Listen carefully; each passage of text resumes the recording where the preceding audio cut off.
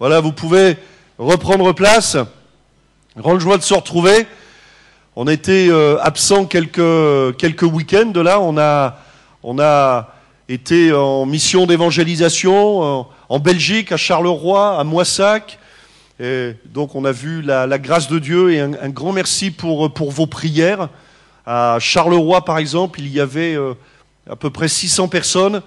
Et c'était entre 40 et 40 personnes qui se sont approchées pour réclamer la grâce de Dieu. Et il y avait entre 10 et 20 personnes de la rue. Il y avait pendant les réunions d'évangélisation une équipe qui était dans la rue, et notamment parce qu'on était dans un quartier de Charleroi. Bon, c'est comme ça, Charleroi est assez touché par le chômage, etc. Donc, beaucoup, malheureusement, de gens qui vivent dans la rue. Et donc, il y avait une équipe qui était au contact de ces gens pour aller, enfin, qui vivent dans la rue.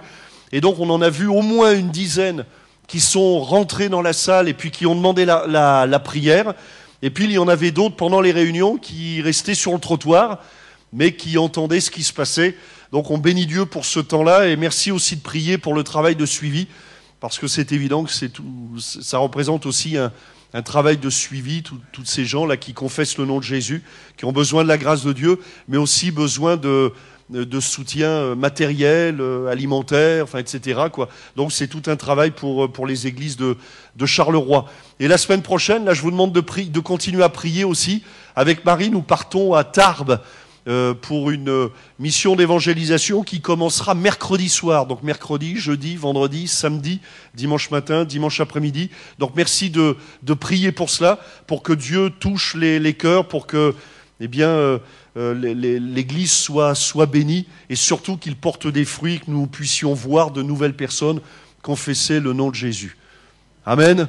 Il y a rien de plus beau quand on voit quelqu'un là. Je pense encore à cette mission à Charleroi. Je pense à une personne en particulier là qui est venue, et c'est beau de voir l'œuvre de Dieu. Vous savez, l'espoir qui commence à se lire sur un visage, la consolation, la grâce de Dieu. Enfin, c'est beau, quoi. Commencer à voir quelqu'un qui connaissait rien à l'Évangile et puis qui va commencer à prier, qui va commencer à espérer, qui va commencer à expérimenter ce que c'est que la foi. Il n'y a rien de plus beau que quelqu'un, lorsqu'il est arraché à la puissance des ténèbres, et puis qui commence à confesser le beau nom de Jésus. Amen. Alors priez pour cela. On pense aussi au pasteur Alain Godu qui est à Dunkerque pour une mission. Donc on prie que Dieu le bénisse, et enfin surtout que Dieu bénisse cette église de Dunkerque. Voilà, je vous invite à aller dans le livre de la Genèse, au chapitre 15, verset 7. Le titre, vous savez que j'ai toujours du mal avec les titres. Alors le titre, c'est Lot ou les chroniques d'un désastre annoncé. Ça met dans l'ambiance. Pour ceux qui connaissent Lot, on sait que, bon, voilà, il a eu une vie, comment dire, si, je sais pas, à l'école, à mon avis, les enseignants à propos de Lot auraient pu écrire « peut mieux faire ». Je pense que c'est ça. On aurait pu écrire en épitaphe, même sur sa tombe, « aurait pu mieux faire ». Et quand il était vivant, « peut mieux faire ». Et Dieu a voulu pourtant se servir de Lot comme il veut se servir de chacun de ses enfants. Et on va essayer de comprendre ce qui a raté finalement dans la vie de Lot, ce qui l'a empêché d'entrer dans ce projet que Dieu avait pour lui. On va lire donc Genèse chapitre 15, verset 7, 15, verset 7. Voilà, merci beaucoup à la vidéo. L'Éternel lui dit encore, « Je suis l'Éternel qui t'ai fait sortir d'Ur en Chaldée pour te donner en possession ce pays. » Dieu parle là à Abraham, enfin qui s'appelait Abraham, mais bon, on va pas... Voilà. Dieu parle à Abraham. Abraham, c'est celui que Dieu va mettre à part pour être, on va dire, le premier croyant d'une religion monothéiste. À l'époque, toutes les religions étaient polythéistes, c'est-à-dire qu'il y avait plusieurs dieux, et notamment Ur en Chaldée, comme partout ailleurs, on croyait en une multitude de dieux. Et voilà que le Dieu vivant et véritable, le seul Dieu, le Dieu de l'univers, va se révéler à Abraham.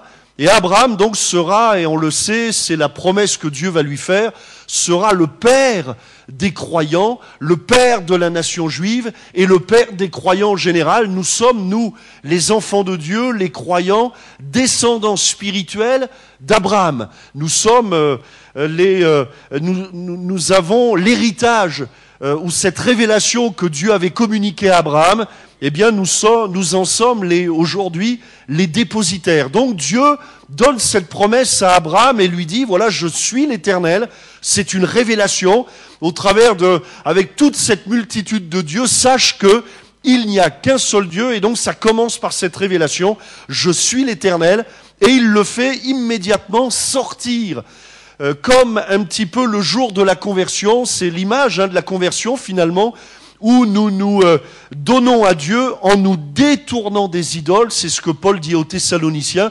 Nous savons comment vous vous êtes convertis à Dieu en vous détournant des idoles pour servir le Dieu vivant et vrai. Et c'est exactement ce qui se passe avec Abraham. Donc Dieu lui dit, voilà, je vais te sortir comme Jésus, par la croix du Calvaire, nous sort du pays des ténèbres, nous sort du pays du mensonge, de la fausseté, de l'apparence, de la puissance des ténèbres, nous sort des griffes du diable. C'est ce que Jésus a accompli à la croix du Calvaire. Et nous pouvons l'expérimenter par la foi. Parce qu'encore une fois, Jésus, à la croix du Calvaire, a tout accompli. Encore faut-il que nous y croyions, que nous placions notre foi en lui. Et c'est pareil avec Abraham. Dieu lui dit, je t'ai fait sortir d'Ur en Chaldée pour te donner en possession ce pays, mais encore fallait-il qu'Abraham obéisse à Dieu, et c'est ce qu'Abraham a fait. Il a obéi, et la Bible nous dit même à propos d'Abraham que c'est un héros de la foi. On le retrouvera d'ailleurs en conclusion. Je vous lirai ce chapitre de Hébreux, chapitre 11, le verset Hébreux, chapitre 11, qui nous dit que c'est par la foi qu'Abraham est parti pour aller vers un lieu qu'il ne connaissait pas. Donc Abraham, c'est vraiment, lui, le type d'enfant de Dieu, engagé, consacré, qui marche par la foi. Notez que Lot, la différence entre Abraham et Lot, vous voyez, c'est quoi la différence? Lot était aussi... c'est aussi un croyant. On va le voir, c'est un croyant. Mais Lot, c'est l'image du croyant qui marche par la crainte de Dieu. Et là, il y a une différence. Mais pas la crainte respectueuse, la crainte, je ne sais pas si c'est bien français, j'espère que Marie-Françoise me pardonnera, mais une crainte apeurée, ça se dit? Qu'elle lève la main? Ouais, ça se dit? Ça se dit pas, d'accord. Bon. Une crainte remplie de peur. En fait, il marche, ou plutôt je devrais dire, je l'entends déjà me dire à mon oreille, Bruno, vous devriez plutôt dire, il marche par la peur. Et on va le voir, il obéit à Dieu quand il a peur. Il obéit à Dieu, vous savez, quand la maison brûle. Alors il se dit, il serait temps d'appeler les pompiers. Vous voyez, c'est comme ça. Alors qu'Abraham, et toute la différence, et finalement quand on regarde Abraham et Lot, toute la différence, elle est là. Abraham est un homme qui va marcher par la foi, et qui donc va, j'allais dire presque précéder la volonté de Dieu. Il fera ce que Dieu lui dit, mais par la foi, par obéissance. Il sait, il a confiance totalement en Dieu. Il sait que si Dieu lui dit de partir d'Ur en Chaldée, c'est qu'il y a quelque chose de mieux. Lot, lui, à chaque fois, c'est à l'arrache. C'est à l'arrache. J'obéis à Dieu parce que j'ai pas le choix. C'est un petit peu ça, Lot. Voyez la différence? J'obéis à Dieu parce que, et on va le voir, et en effet, là où il habitait, ça brûlait fort. Donc, je m'en vais. Dieu veut l'emmener à la montagne, mais on le verra, il va s'arrêter à Tsoar. Vous voyez, à chaque fois, et il y a même ce verbe qui va être employé, qu'on lira, que Lot va même tarder. Il tarde. Il sait que la condamnation va tomber sur Sodome, mais il tarde. Vous voyez, il sort de Sodome, mais on le sent, c'est à l'arrache. Alors qu'Abraham, lui, il vit déjà sous la tente de Dieu. Lui, il est habitué aux visites angéliques, aux visites de Dieu. Lot, lui, il vit ailleurs. Alors pourtant, Lot, il fait partie de cette équipe-là que si on avait lu tout le chapitre 15, on se sera aperçu que Lot, Lot c'est le neveu d'Abraham, Lot fait partie de l'équipe, fait partie de la bénédiction finalement. Lot est englobé dans la bénédiction que Dieu donne à Abraham. Et donc, Lot avec Abraham, la femme d'Abraham aussi, Sarah, eh bien, ils partent d'Ur en Chaldée, donc il fait partie de l'équipe. Chaldée, ça signifie, tiens, pour votre information, comme des démons. Donc c'est vraiment l'image de la puissance des ténèbres, donc ils sont arrachés. Lot comme Abraham, ils sont arrachés, donc c'est la marque de la conversion. Tous les deux, Lot et Abraham, sont l'image d'enfants de Dieu. Vous comprenez bien ça ? Sont des images pour nous d'enfants de Dieu. Il y en a un, c'est un modèle à suivre, l'autre, c'est un modèle à ne pas suivre. Abraham, c'est le modèle à suivre, l'autre, c'est le modèle à ne pas suivre. Bon, mais Jésus est venu nous arracher à notre vaine manière de vivre. Jésus, comme Dieu, au moment d'Abraham et Lot, nous a arrachés de notre Ur, en Chaldée, le pays des ténèbres, le pays des démons, le pays du mensonge. Lot fait partie de la famille. Donc, Lot fait partie, est englobé dans la bénédiction de Dieu, dans les promesses de Dieu. Pourtant, Lot, et si vous regardez la généalogie, Lot va engendrer deux peuples, deux nations, les Ammonites et les Moabites. Deux nations qui seront toujours hostile au peuple de Dieu. C'est-à-dire que Lot, pourtant, image de l'enfant de Dieu, va porter des fruits néfastes, va porter de mauvais fruits. Abraham, lui, va porter de bons fruits, puisque lui, il sera le père des enfants de Dieu, le père des croyants. Alors la première chose que nous notons à propos de Lot, c'est que Lot, il aime les choses d'en haut, il aime Dieu quand même malgré tout, il aime les choses d'en haut, il aime bien quand les anges viennent le voir, d'ailleurs à Sodome il va les accueillir, enfin, dans sa maison, il n'y a pas de souci. Le problème c'est qu'il aime aussi les choses d'en bas. Donc il est partagé, il est certainement, on se met à sa place, torturé, d'ailleurs même dans le Nouveau Testament on apprend que Lot est quand même torturé, parce qu'il voit à Sodome des choses qu'il défrise, des choses immorales, des choses dont il sait que ce n'est pas bien, mais malgré tout, on le retrouve à l'entrée, assis à la porte de Sodome, ce qui veut dire que Lot est un notable de la ville, donc il y a fait son trou, mais il a fait son trou au mauvais endroit. Genèse chapitre 13, verset 8. Abraham dit à Lot, qu'il n'y ait point, je te prie, de dispute entre moi et toi, ni entre mes bergers et tes bergers, car nous sommes frères. Tout le pays n'est-il pas devant toi? Sépare-toi donc de moi. Si tu vas à gauche, j'irai à droite. Si tu vas à droite, j'irai à gauche. Lot leva les yeux et vit toute la plaine du Jourdain, qui était entièrement arrosée. Avant que l'Éternel eût détruit Sodome et Gomorrhe, c'était jusqu'à Tsoar comme un jardin de l'Éternel. Notez bien cette expression, comme un jardin de l'Éternel. Comme le pays d'Égypte. Lot choisit pour lui toute la plaine du Jourdain et il s'avança vers l'Orient. C'est ainsi qu'ils se séparèrent l'un de l'autre. Abraham habita dans le pays de Canaan et Lot habita dans les villes de la plaine et dressa ses tentes jusqu'à Sodome. Les gens de Sodome étaient méchants et de grands pécheurs contre l'Éternel. Et on arrête là la lecture. Voilà donc un dialogue qui nous dévoile un petit peu ce qu'il y a dans le cœur de Lot. Voilà qu'à un moment donné, Abraham et Lot sont quand même bénis, d'une manière matérielle. Les troupeaux grandissent, etc. Et ils arrivent à un moment donné à un point tel de prospérité, à un point tel où les troupeaux sont tellement grands que Lot et Abraham sont obligés, parce que sinon il va y avoir des disputes entre les gens qui s'occupent des brebis et tout ça, là. Donc il va y avoir un problème de gestion entre les deux. Donc Abraham dit à Lot, il faut qu'on se sépare, parce que nos troupeaux sont grands, là maintenant il va falloir qu'on se sépare. Et donc Abraham dit à Lot, écoute, c'est pas compliqué, voilà tout le pays, si tu vas à gauche, j'irai à droite, si tu vas à droite, j'irai à gauche. Le premier point que je remarque, c'est que normalement, c'eût été à Lot de laisser la priorité à Abraham. Parce que Lot, c'est le neveu. Et à cette époque-là, on plaisantait pas trop avec les cheveux blancs. Un respect. Respect de l'ancienneté, de l'âge, ou de l'ancienneté tout court. Et normalement, Lot aurait dû, c'était comme ça dans la tradition, dans le mode de vie à cette époque-là, hein, dans ces pays-là, c'était le mode de vie. Normalement, Lot aurait dû laisser la priorité à Abraham et de dire, écoute, non, c'est toi l'oncle, c'est toi l'ancien, c'est toi le patron en quelque sorte. Donc, non, tu t'installes où tu veux et moi, je prendrai le reste. Bon, première chose qu'il ne fait pas.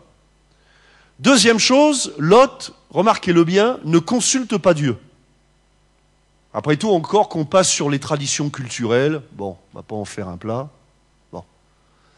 Mais au moins que Lot démontre l'homme de foi, il fait confiance à Dieu, il aime Dieu, et finalement, il aurait dû quand même, avant de prendre sa décision, dire, bon, écoute, ou au moins dire à Abraham, on va prier. Ou alors on va demander à Dieu ce qui est le mieux. Où dois-je m'installer? Deuxième point qu'il ne fait pas. Troisième point, il regarde. Et notez bien, sa décision sera le fruit de ce qu'il regarde, de son regard. Tout son choix va dépendre de ce qu'il tombe dans ses yeux, dans son regard. Et il regarde. Et il voit la plaine du Jourdain, entièrement arrosée. Alors on imagine, ça doit être vert. Enfin, attention, on est dans des pays du Sud, on n'est pas à Limoges, hein, parce qu'ici, si on regarde partout, c'est vert partout. Hein. Bon, mais là-bas, c'est jaune. Hein. Je veux dire, c'est jaune, il y a du désert. Si vous voulez au sud d'Israël, il y a du désert. Si vous allez à l'est voilà, du Jourdain, c'est le désert.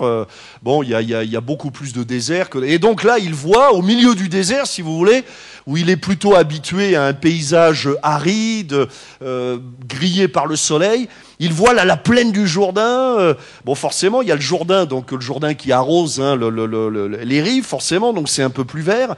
Et quand même, un coin particulièrement arrosé, jusqu'à Tsoar. Et la Bible dit même que c'était comme un jardin de l'Éternel. Donc, son choix est basé sur ce qu'il voit. C'est un homme il aime Dieu, mais ses choix ne dépendent pas du royaume de Dieu. Ses choix dépendent de ce qu'il voit, de ce qu'il regarde. Et Lot, c'est quand même un petit malin, parce qu'il y a cette expression, c'est comme un jardin de l'Éternel. Et vous avez des enfants de Dieu, ce sont des petits malins. Parce qu'on arrive parfois à prendre des mauvaises décisions et à se laisser persuader que c'est quand même... non, c'est la volonté de Dieu. Les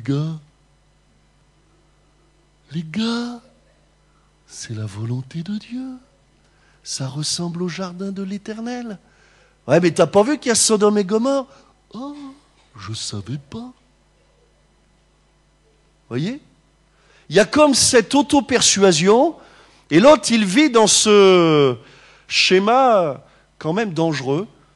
Et j'aimerais remarquer que parfois c'est le cas d'enfants de Dieu, où on se persuade, malgré nos désobéissances, que quand même, allez, malgré tout, on va se débrouiller, Dieu va quand même bénir. Mais Dieu ne peut pas bénir Sodome. Dieu ne peut pas bénir le péché.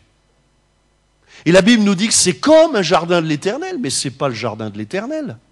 Ça y ressemble, ça a le goût, ça a la couleur, hein, vous connaissez la pub. Mais c'est pas ça. Et lui, Abraham, c'est autre chose. Et vous voyez la différence? Abraham, là on le voit encore, c'est l'homme de foi. L'homme qui fait confiance à Dieu. Parce que, après tout, Abraham, lui, il dit à Lot, écoute, choisis, hein, si tu vas à gauche, j'irai à droite. Vous savez pourquoi? Parce qu'Abraham, lui, il se laisse conduire par Dieu, il s'abandonne entre les mains de Dieu, et il sait que tout ce qui lui arrivera, ça vient de la volonté de Dieu. Ça va?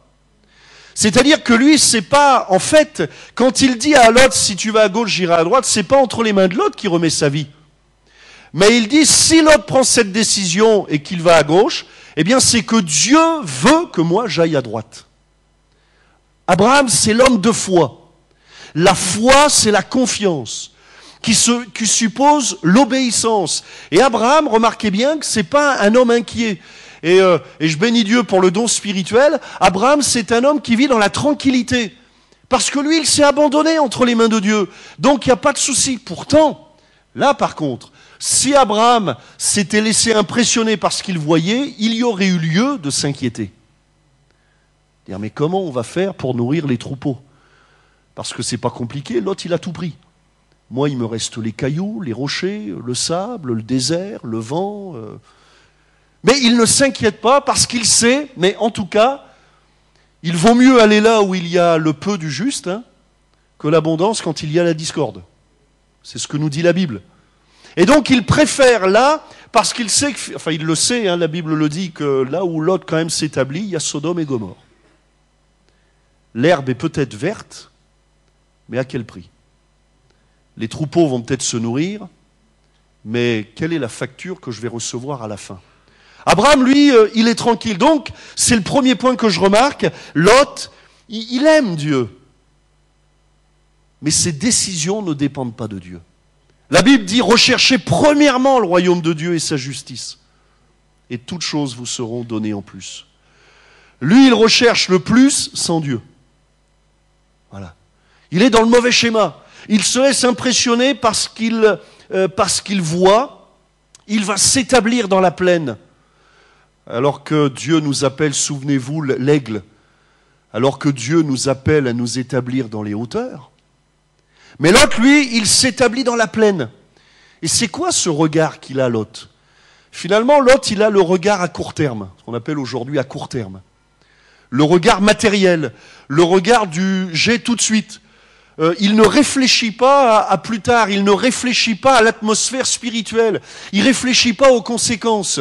Et remarquez bien que Lot, il va, peut-être son herbe est verte, mais à la fin de l'histoire, il se retrouvera tout seul avec ses 2 filles, les 2 gendres en moins et la femme en moins. Ça va quand même lui coûter cher l'affaire. Mais l'herbe est verte. C'est comme le jardin de l'Éternel. Vous voyez, il regarde à court terme. Lui, il se dit après tout, et puis c'est aussi, entre nous soit dit, le regard de la facilité. Après tout, il s'établit dans la ville. Dans la ville, il n'y a plus qu'à acheter, je ne fais pas construire. Abraham, lui, il continue à vivre dans l'attente. Lisez bien la suite, les prochains chapitres. C'est intéressant de voir que Dieu se tient, enfin que Abraham vit, il est à l'entrée de sa tente, mais souvent Dieu vient le voir. Et parfois, il vaut mieux vivre sous la tente, avec Dieu qui n'est pas loin, que de vivre dans la ville du péché, où finalement Dieu ne viendra pas. Abraham, lui, c'est sûr, il ne choisit pas la facilité parce qu'il n'y a pas de ville. C'est pas compliqué. Pas de facilité. Lot, lui, il dit, ouais, il y a des villes et tout. Et d'ailleurs, Lot, petit malin quand même, il ne s'établit pas en dehors de Sodome, il regarde un petit peu partout, et puis on le retrouve quelques temps plus tard. Alors je rappelle qu'il y a une garderie. Voilà. C'est la prière de l'enfant.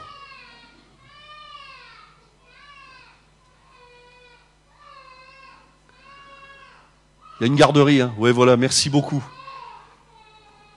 voyez, la foi. Enfin, je ne sais pas si c'est la crainte ou la foi, mais... La foi de l'enfant, la crainte de la maman. Bon. Voilà donc Lot, il a ce regard à court terme. Il regarde au tout de suite maintenant et il ne réfléchit pas bien aux conséquences de ses actes. Et j'aimerais que nous puissions réaliser sur quelle base nous prenons nos décisions. Qu'est-ce qui nous anime finalement? Qu'est-ce qui nous motive? Le problème, c'est que je m'aperçois que Lot aura un très mauvais témoignage dans sa famille. Il va perdre son crédit. Parfois, on parle d'autorité, et c'est important l'autorité des enfants de Dieu dans le domaine de la prière, de l'intercession. C'est important l'autorité de Dieu. Enfin, l'autorité que Dieu confère aux enfants de Dieu. Bon. Mais là, quelle autorité il a? Aucune. Aucun crédit. Aucun impact. D'ailleurs, on le verra par la suite, le jour où il va dire quelque chose de grave, les gens ils vont rigoler. Aucun impact, aucune autorité. C'est-à-dire c'est un homme à qui on ne va pas faire confiance. On ne va pas s'appuyer sur lui, Lot. Le deuxième point, Lot, c'est qu'il brûle mais ne brille pas. Il brûle mais ne brille pas. L'enfant de Dieu est appelé à être un témoin, à briller. Et combien d'enfants de Dieu se font brûler sans briller? Regardez Genèse chapitre 19, verset 1er. Les deux anges arrivèrent à Sodome sur le soir, et Lot était assis à la porte de Sodome. Quand Lot les vit, il se leva pour aller au-devant d'eux et se prosterna la face contre terre. Vous voyez? On voit tout le paradoxe de Lot là.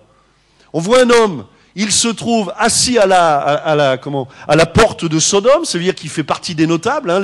Les commentateurs disent que c'était un des magistrats de la ville. Quand même, c'est important, un poste important, donc il y a fait son trou. On ne peut pas dire, il a certainement une influence humaine, mais aucune autorité spirituelle. Il a une autorité humaine, mais aucune autorité spirituelle. Bon, mais ça, voilà. Mais quand même, il aime Dieu. Parce que quand il voit les anges de Dieu, il se lève et il se prosterne. Ça veut dire il est venu au culte, il a même chanté les cantiques. C'est ça que ça veut dire. Il a chanté quand Jérémie nous a conduits, il a vu Jérémie à la porte là. Bon, il ne s'est pas prosterné devant Jérémie. Hein. Mais il a chanté. Comme nous ce matin, nous tous on a chanté, on a proclamé les choses de Dieu. Mais combien marchent véritablement avec Dieu? Elle est là la question. Et Lot, voilà, Lot il est là, ouais, il se prosterne la face contre terre. Ouais, le gars. Si on est photo, ting, Sodom News.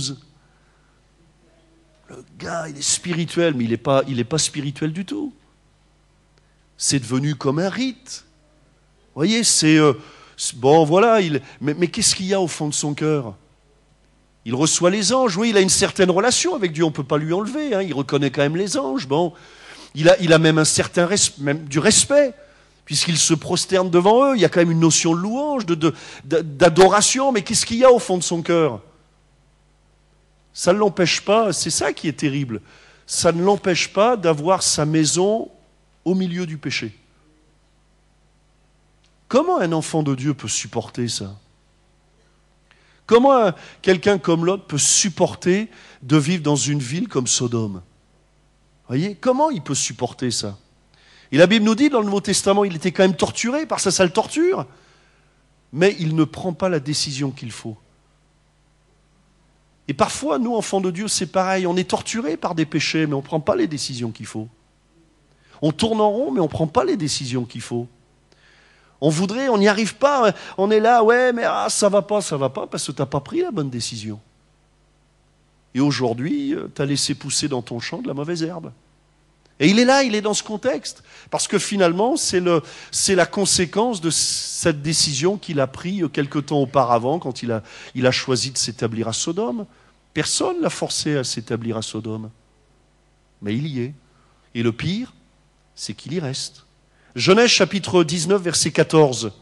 Lot sortit et parla à ses gendres qui avaient pris ses filles. « Levez-vous, dit-il, sortez de ce lieu, car l'Éternel va détruire la ville. » Mais aux yeux de ses gendres, il parut plaisanter. Vous avez vu le témoignage? Aucun impact. Dès l'aube du jour, regardez bien ça c'est impressionnant, les anges insistèrent auprès de Lot en disant « Lève-toi, prends ta femme et tes deux filles qui se trouvent ici, de peur que tu ne périsses dans la ruine de la ville. » Et comme il tardait. Attendez, il a le feu aux fesses, mais il tarde. Vous comprenez quelque chose? Oui, on comprend qu'il est très attaché à Sodome. Il y a quelque chose en lui là, qui est ancré. Il n'y a pas que sa femme qui est attachée à Sodome. Pour lui aussi, il y a un combat là, qui se livre. Il tardait. Terrible, hein? Les hommes le saisirent par la main. Dieu est bon, hein? Dieu est bon, hein? Parce que là, il a fallu des anges déménageurs, hein? Lui, sa femme et ses deux filles, car l'Éternel voulait l'épargner. Ils l'emmenèrent et le laissèrent hors de la ville. Après les avoir fait sortir, l'un d'eux dit, sauve-toi pour ta vie, ne regarde pas derrière toi et ne t'arrête pas dans toute la plaine. Quand même clair. Sauve-toi vers la montagne. Il n'y a pas plus clair que clair, là. Hein. De peur que tu ne périsses. Alors Lot, il fait partie de ces enfants de Dieu qui se taisent et ne témoignent pas. Il vit sa vie chrétienne, mais finalement personne ne sait qu'il est chrétien. Il vit à Sodome, qui savait qu'il était un enfant de Dieu? Personne ne le savait, parce que vous voyez l'impression que ça me donne, c'est pas écrit dans la Bible, c'est une interprétation, hein, d'accord? Mais l'impression que ça me donne, quand il prononce le nom de l'Éternel devant ses gendres, moi, l'impression que j'ai, c'est comme si c'était la première fois qu'il en parlait de Dieu. Vous comprenez ce que je veux dire? Et que les gens disent, mais il rigole, là. De quoi il cause? Qu'est-ce qu'il nous fait, le papy? Eh ben, beau papa, de quoi tu nous parles? Vous comprenez? Il n'y a pas d'impact. Il n'y a pas d'autorité. Est-ce qu'il priait en famille? Ça ne me donne pas cette impression, hein? Est-ce qu'il priait au moins avec ses filles et ses gendres? Est-ce que, je ne sais pas, le jour du mariage, ils ont consacré... Moi, je me pose des questions pratiques, après tout. Hein.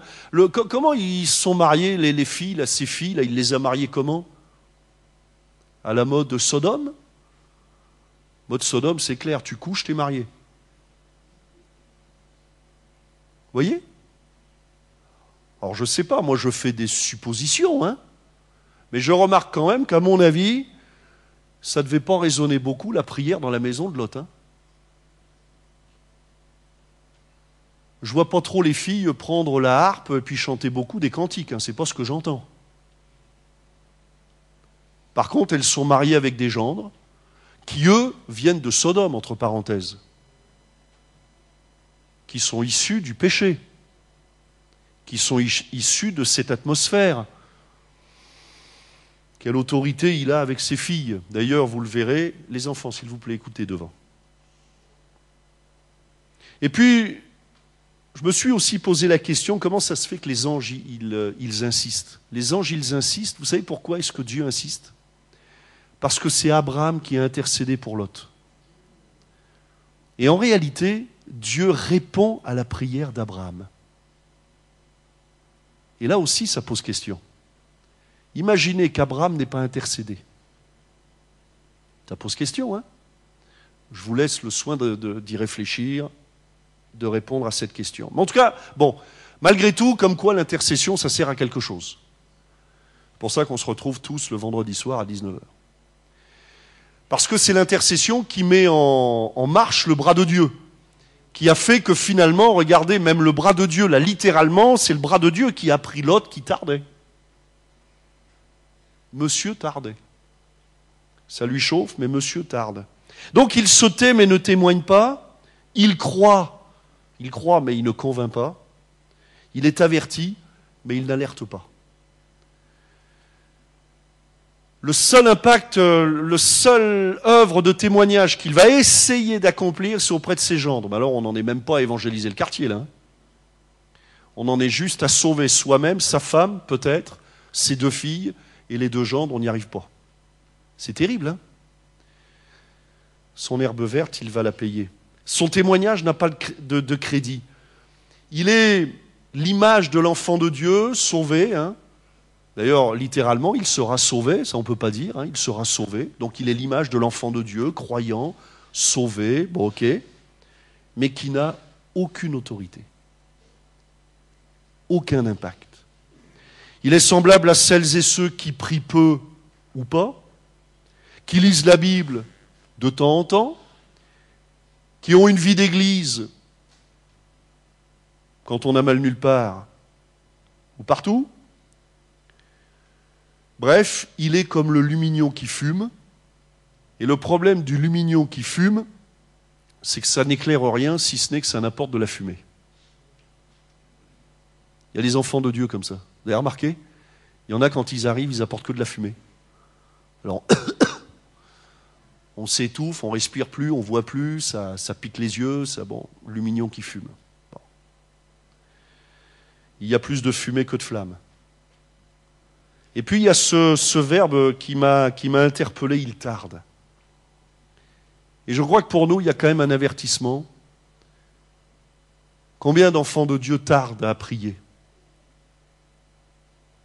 Combien d'enfants de Dieu tardent à se lever pour s'engager? Vous savez qu'aujourd'hui, c'est un défi, je parle dans le monde, hein, pas que dans l'Église, je veux dire, mais dans le monde. Hein, on parle beaucoup aujourd'hui, il y a de moins en moins de bénévoles, de bénévolat, etc. Et on sent qu'il y a quand même cet esprit d'égoïsme là qui grandit. Bon. Et l'égoïsme est certainement alimenté par la peur du lendemain. On cherche, oh là là, déjà on s'occupe de soi, après, s'il me reste quelque chose, je vais... Vous voyez, il y a cet état d'esprit-là qui grandit. Il faut être honnête, c'est comme ça. Alors le bénévolat, ça me nuise, on trouve de moins en moins de gens engagés, de moins en moins de gens volontaires. Et malheureusement, dans l'Église, on retrouve aussi ça. Combien d'enfants de Dieu tardent à s'engager ou ne s'engagent jamais? Combien d'enfants de Dieu tardent à prier, confesser le nom de Jésus? Qu'en est-il de votre vie de prière chez vous? Est-ce que vos murs sont remplis de vos prières? Une bonne question. Combien d'enfants de Dieu tardent à ouvrir la Bible? Pourtant, on est aujourd'hui à un temps où on n'a pas plus de facilité aujourd'hui d'avoir une Bible dans tous les sens. Hein. Je veux dire, il y a la Bible online, il y a la Bible, puis la Bible papier. Hein. On peut l'avoir partout, hein, la Bible. Mais combien tardent à la lire? Pourtant, on ne peut pas dire, et devant nos yeux, il en défile des choses. Mais combien tardent à s'engager dans l'Église? Parlons du baptême. Le baptême, c'est un engagement. Combien tardent à s'engager?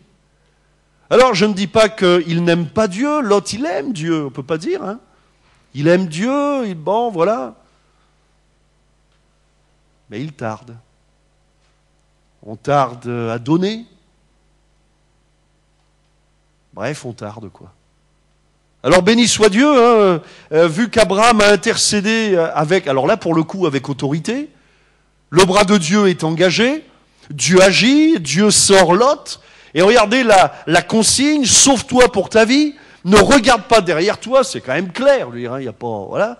Ne t'arrête pas dans toute la plaine, ne t'arrête pas, c'est-à-dire tu marches ou tu cours, ou bon, mais tu ne t'arrêtes pas, et sauve-toi vers la montagne de peur que tu ne périsses. Et regardez, le troisième point, sauvé, mais pas consacré. Genèse chapitre 19, verset 20, donc on voit Lot, là, qui est avec tout le monde, avec sa femme, qu'il a du mal à ne pas regarder en arrière, bon, donc il la tient, et ses deux filles, les deux filles qui ont perdu leur mari dans l'histoire. Bon, regardez, Genèse chapitre 19, verset 20. Ça, c'est la réflexion de Lot. Il est terrible, hein. Voici, cette ville est assez... On est encore dans la plaine, là. Hein. Cette ville est assez proche pour que je m'y réfugie, et elle est petite.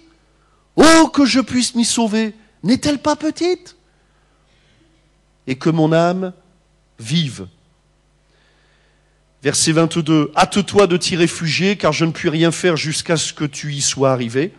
C'est pour cela que l'on a donné à cette ville le nom de Tsoar. Tsoar, ça signifie petit. Le soleil se levait sur la terre, lorsque Lot entra dans Tsoar. Alors l'Éternel fit pleuvoir du ciel sur Sodome et sur Gomorrhe du soufre et du feu de par l'Éternel. Il détruisit ces villes, toute la plaine, et tous les habitants des villes, et les plantes de la terre. La femme de Lot regarda en arrière, et elle devint une statue de sel. Terrible, hein? C'est-à-dire qu'à la fin, il va quand même perdre sa femme, pour le coup. Mais là, c'est pareil, on se pose la question, comment ça se fait que la femme de Lot regarde en arrière? Alors elle, on pourrait dire, elle est encore pire que Lot. Mais quel témoignage lui a laissé son mari? Et sa femme, elle est... Et remarquez bien, on ne sait même pas comment elle s'appelle. Hein. Donc, son nom n'est pas inscrit dans le livre de vie. Cherchez pas, on ne saura pas comment elle s'appelle. Hein. Donc elle est tellement attachée aux choses de Sodome, de la ville. Alors qu'est-ce qu'il y a? Des bijoux, de l'argent, il y a des choses qu'elle a laissées. Et oui, pour se sauver, pour échapper à la condamnation, au jugement, elle a dû laisser toutes ses malles en arrière. Et ils sont partis avec tout ce qu'ils avaient sur le dos. Mais elle, ça ne lui suffit pas. Elle est tellement attachée aux choses d'en bas qu'à un moment donné, on a l'impression, vous savez, quand elle marche, qu'il y a un élastique qui la relie à Sodome. Puis à un moment donné, la tension, c'est où ça casse, où je recule. Ben elle, le problème, c'est que l'élastique est tellement costaud que ça casse jamais. Et à un moment donné, elle se retourne en arrière et elle subit la condamnation. C'est-à-dire que finalement, celui qui voudra sauver sa vie la perdra. Et pour le coup, elle perd sa vie. Elle devient une statue de sel. D'ailleurs, dans le désert du Sinaï, il y a tout un endroit avec on dirait des statues de sel. Et beaucoup disent, elle serait dans ces statues, voilà, elle serait là, car il semblerait. Bon, en tout cas, voilà, elle est perdue. Et Lot, alors lui, il est terrible ce Lot, parce que Dieu lui dit, les anges lui disent, ne t'arrête pas dans la plaine. Mais pourquoi lui, il s'arrête à Tsoar? D'après vous, pourquoi? Moi, je me suis posé la question, mais c'est quoi? Il a mal aux jambes? C'est pas ça. Il a peur. Il ne marche pas par la foi, il marche par la peur. Et vous savez de quoi il a peur? Il a peur que le feu et le soufre lui tombent dessus. Donc dès qu'il peut, à la première ville qu'il voit, il se cache. C'est pas un homme de foi, c'est un homme de peur. Et le problème, c'est qu'il s'arrête à Tsoar. Et j'aimerais vous dire que Tsoar, c'est la ville des enfants de Dieu qui s'arrête trop tôt. Tsoar, ça signifie petit. Et combien d'enfants de Dieu s'arrêtent à Tsoar? C'est-à-dire, on a une relation avec Dieu, il sera sauvé, il sera épargné. Hein. La condamnation ne va pas venir sur Tsoar, c'est le salut déjà. Hein. Mais on va dire c'est la frontière, quoi. Hein, le feu, il tombe pas loin quand même, mais bon, il est sauvé. Je vous fais grâce de la suite, parce que lisez avec attention la suite du texte et ce que les deux filles vont faire avec Lot. Et là, on voit quand même dans quelle mentalité les filles, elles vivent. Et puis lui, quand même, il va lever le coude assez rapidement, quand même. Bon. Mais bon, je vous fais grâce de ça. On n'a pas le temps ce matin. Mais simplement, la pensée que je voulais développer, c'est il subit finalement Lot. Mais il ne soumet pas. L'enfant de Dieu n'est pas là pour subir. Mais on est là pour soumettre la puissance des ténèbres. On n'est pas là, Dieu ne nous a pas appelés à vivre à Tsoar. Petitesse. Un petit témoignage ou pas de témoignage. Une petite prière de temps en temps ou pas de prière. Ma petite Bible qui est cachée quelque part, qu'on ne sait pas trop où elle est, mais je la sors de temps en temps. Ma petite église, quand je me souviens qu'il y a une réunion. Mais il ne faut pas y aller trop souvent, des fois que je me foule la cheville. Ça, c'est Tsoar. Tsoar, c'est l'image de la ville des enfants de Dieu qui se sont arrêtés, comme nous dit la Bible. Vous couriez si bien, qui vous a arrêté? On s'est arrêté. On s'est arrêté de prier, on s'est arrêté de témoigner. Mais le problème, c'est qu'on ne va pas dans les hauteurs. Et souvenez-vous encore une fois de l'aigle. L'aigle, il est appelé, Dieu appelle ses enfants à vivre dans les hauteurs. Parce que dans la plaine, l'air est encore pollué, malgré tout. Mais c'est dans les hauteurs qu'il y a les promesses de Dieu, l'air de Dieu, la parole de Dieu, la senteur de Dieu, la foi. Alors je termine. Où est-ce que nous voulons habiter? Il y a le choix. Ou dans une belle maison à Tsoar, avec Lot, ou, alors c'est sûr qu'Abraham c'est moins agréable parce que lui il vit sous une tente. C'est comme ça, Abraham toute sa vie, il aura vécu sous une tente, c'est le père des nomades. Mais la Bible nous dit, Abraham lui il obéit à Dieu par la foi. Hébreux 11, 8, là je vous l'ai promis tout à l'heure. C'est par la foi qu'Abraham, lors de sa vocation, obéit, est parti pour un lieu qu'il devait recevoir en héritage et qu'il partit sans savoir où il allait. C'est pas mal ça, hein? C'est-à-dire qu'un soir, il est rentré chez lui, il a dit à Sarah, ma chérie, fais les valises. Ok, mon chéri, on va où? Je ne sais pas. Allez dire ça à votre femme. Moi, j'en connais qui... Hein? On se fait couper la tête pour moins que ça. Hein? Mais c'est comme ça. C'est un homme de foi. Et il a... Mais sa femme a suivi, remarquez bien. Pourquoi? Parce qu'il a de l'impact, il a de l'autorité. Parce que sous la tente d'Abraham, il y a de la prière, il y a de la louange. Parce qu'il prie avec sa femme, parce qu'il y a un impact. Parce qu'il est efficace. Lui, il ne brûle pas, il brille. Alors sa femme, malgré tout, le suit, malgré toutes les interrogations. Et les siennes aussi, Abraham lui-même. Mais c'est pas la peur qui le guide, c'est la foi. Il sait, il va, il fonce, il avance. Et sa femme est avec lui. Et puis il va engendrer une postérité. Alors, où est-ce qu'on veut vivre? Sous la tente. Alors c'est moins facile. Mais là, il y a les promesses de Dieu. Ah, Tsoar, c'est plus facile. Mais c'est extrêmement dangereux. Parce qu'on est à deux doigts du péché. Et puis Jésus nous laisse cet avertissement en Luc chapitre 17. Jésus qui dira à un moment donné, souvenez-vous de la femme de Lot. Et il y a quand même cet avertissement qui revient dans le Nouveau Testament.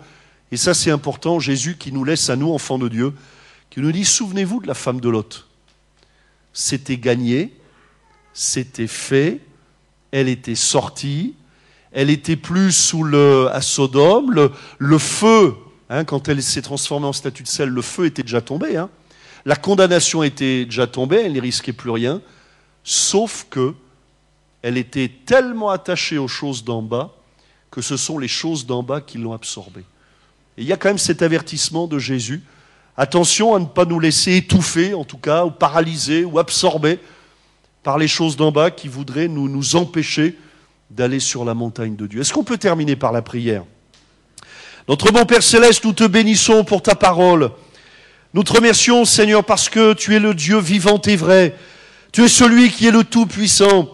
Et tu nous laisses ces témoignages, le témoignage d'Abraham, qui était un homme qui a marché par la foi et qui a obtenu les promesses que tu lui avais accordées, qui est entré dans cette destinée que tu lui avais promis.